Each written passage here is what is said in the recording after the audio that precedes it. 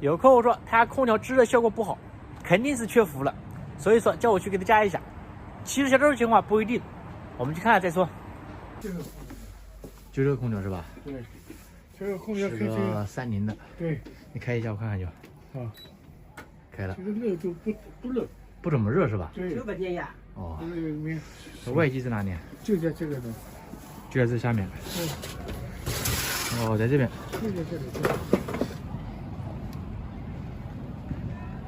听这个声音好像启动了。我说这个空调外机好像启动了。启动对。它手放上去，制的不是很热是吧？哦，风是有的。但是刚刚一打开就有风，也不大对啊。正常的空调打开了过后，停1-2分是吧？对，正常的要等3-5分钟过后才会有风的。对对。现在一打开风就有了，不大对。说明有点问题。看看这个外机，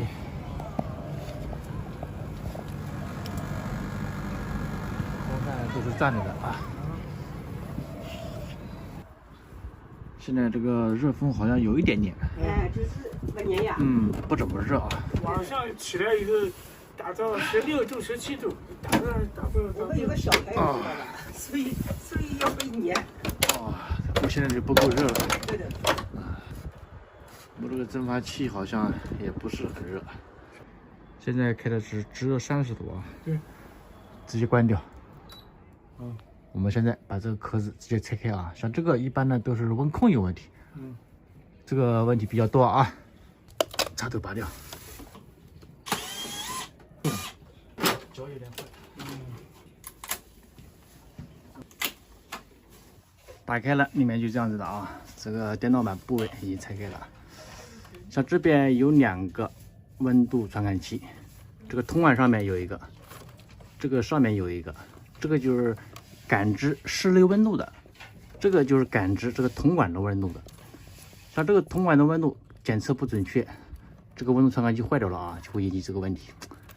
这个故障特别多，所以说这个插头我已经拔下来了，一个代表这个，一个代表这个。我们来测量一下它的主值是多少，直接拿下来测量。现在用汪表电阻档来测量。这边是一个感温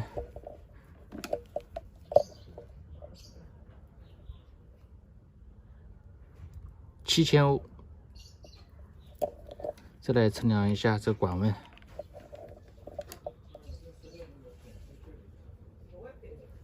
，3500欧。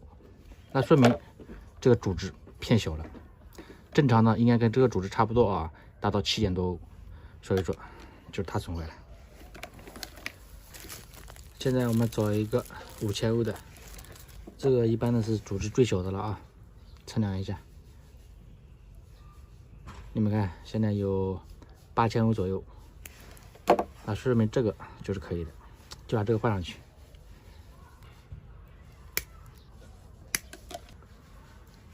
这个线不分正负极，随便接，直接装好试一下，然后插电。开机，现在好像没有风出来了，而且这个灯在闪，这就正常了，看到吧？对，最起码到3分钟以后。对，3分钟以后，而且这个灯在闪，才预热。对。外机已经工作，听到风扇在转啊，说明在预热状态。制热就是这样的，先打开过后，内机没有风，外机先转，先预热。当里面热了，那个旁边的管温检测到了，这个热风才会吹出来啊。好，基本上没什么问题了啊。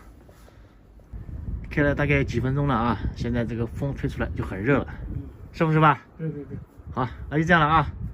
等会儿把这个壳子全部装好，这个空调就可以了。